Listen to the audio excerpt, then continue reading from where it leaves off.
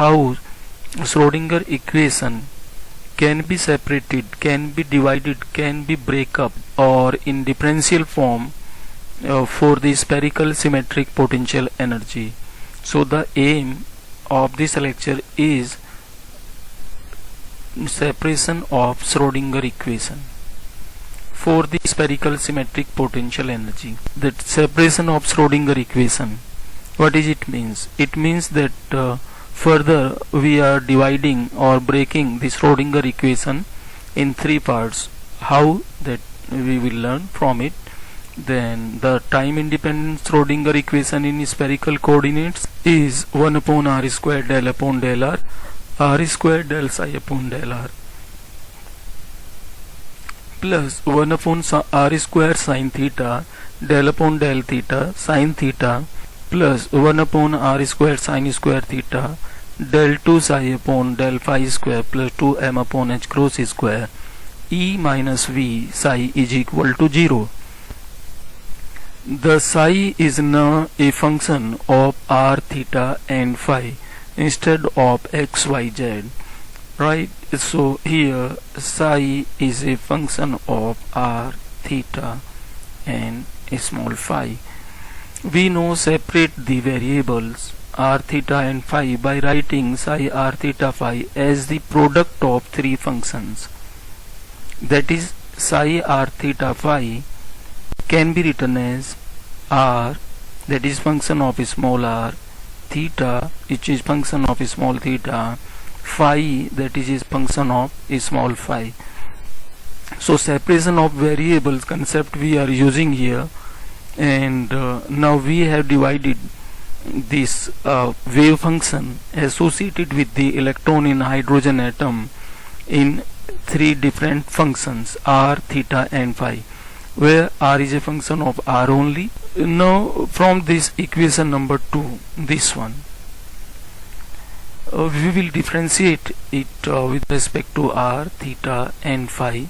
So partial differentiation of this with respect to r becomes in this way: theta and phi are constant for the r variable, so comes out, and the part of this can be written as in this form. So del psi upon del r can be written as theta phi into del r upon del r. Similarly, one can write del psi upon del theta is equal to, here theta is variable, rest of the part are constants, r phi del theta upon del theta. And similarly for del psi upon del phi, you can write here phi will be variable, rest of the two are written by this way, r theta del phi upon del phi. And if I have to write del square psi upon del phi square, then obviously I will differentiate it with respect to phi again, and this can be written as, I know the result of it, this is this one. So del square psi upon del phi square will be equal to r theta del square phi upon del phi square. So now we have three different values: del psi upon del r, del psi upon del theta, del psi upon del phi. Now we will substitute these values in equation number 1. That equation number 1 is the Schrodinger's time independent equation in spherical coordinates, this equation, right? So this equation is number 1, and second equation where we break the wave function in terms of r, theta and phi. So we find out the value of partial differentiation of del psi upon del r, del psi upon del theta, del psi upon del phi. So after substituting this value, you can see here that the first term of this equation number 1 is this one, 1 upon r square del upon del r square del psi upon del r. So we have to put the value of del psi upon del r, right, from this result. So after putting this value and rearranging the term, the result of it, the first term can be written as theta phi upon r square d upon dr, and this r square dr upon dr. Second term of the equation number 1 is this 1 upon r square sin theta del upon del theta sin theta del psi upon del theta. Again we have to put the value of del psi upon del theta from here, and after putting this value r phi del theta upon del theta here, this one, and simplifying the term, the result becomes this one, r phi upon r square sin theta d upon d theta sin d theta upon d theta. The point is, earlier we were writing in partial differentiation form, but when we are using separation of variables, we are writing here in a proper way, that is d upon d theta. And third term of the equation number 1 is this 1 upon r square sin square theta del square psi upon del phi square. So we had already find out the value of it, del square psi upon del phi square, that is this one. So now substituting this value in this particular equation, the result is this one, r theta upon r square sin square theta d2 phi upon d phi square. So now further substituting these modified value in terms of r theta phi in equation number 1, that is this, right, after substituting these three values here, so the equation 1 becomes theta phi upon r square d upon dr, r square dr upon dr, plus r phi r square sin theta d upon d theta sin theta d theta upon d theta, r theta upon r square sin square theta d2 phi upon d phi square, plus 2m upon h cross square e minus v, and this r theta phi. And again r, where we are writing this r, that means this is function of r and this is function of theta, and this capital 1 is function of small phi. So this we are writing instead of wave function. Now after putting these values, the next step is dividing this equation number 3 by r theta phi, that is the capital 1. So when we are dividing it, these two terms cancel out and the 1 is r. And similarly for this one, the second term here theta remains, and here phi remains, this one, and this cancel out r theta phi from the r theta phi. So now the further next step is that after dividing it by r theta phi, we are multiplying both sides by the r square sin square theta and rearranging the term. Right now we are multiplying this equation by r square sin square theta, this side and this side, left hand side and right side. So this r square sin square theta, r square cancel out, so you have this value. Here r square cancel out, sin square theta, only one power remains, that is this one.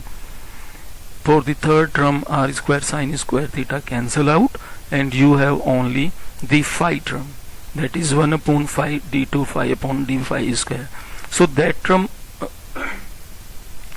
we had already written right hand side, this is positive, and on the right hand side it becomes negative. And this term as it is 2m upon h cross square e minus v, and multiplication by the r square sin square theta. So we are saying this is equation number 4. Now after this equation, we know that potential energy which we considered here, that is the spherically symmetric. The potential energy which we are considering is spherical symmetric, and the point from which we had start this topic, that was that we are breaking this Schrodinger equation, right, in three differential equations, right. One is in capital R form, second is in capital theta, and the third one is in terms of the phi only. Potential energy is spherically symmetric. Analysis of this equation number 4, that left hand side of equation 4 is a function of r and theta. So here if you see carefully this equation, so you will find only r theta, and here right hand side there is only one function, that is the phi. So by this way we have first of all separated r theta together and phi separately.